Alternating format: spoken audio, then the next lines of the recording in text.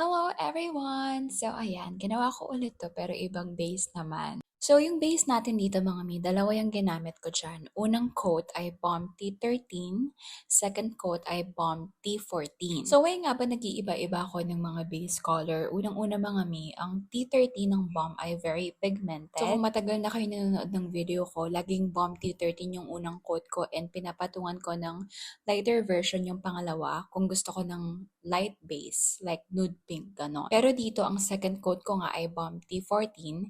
Carry din naman na Balm T14 lang.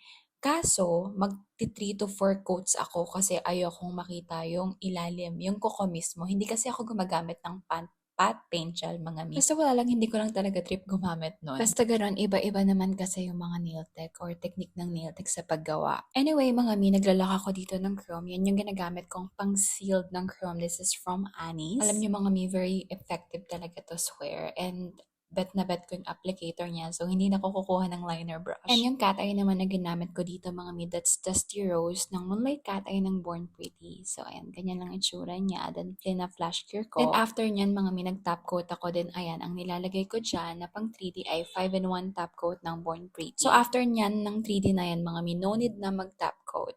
Kasi, at 5-in-1 top coat is considered as top coat as well. So, ayun lang mga mi. So, ganyan itsura niya. Sige na, ayun lang. Bye!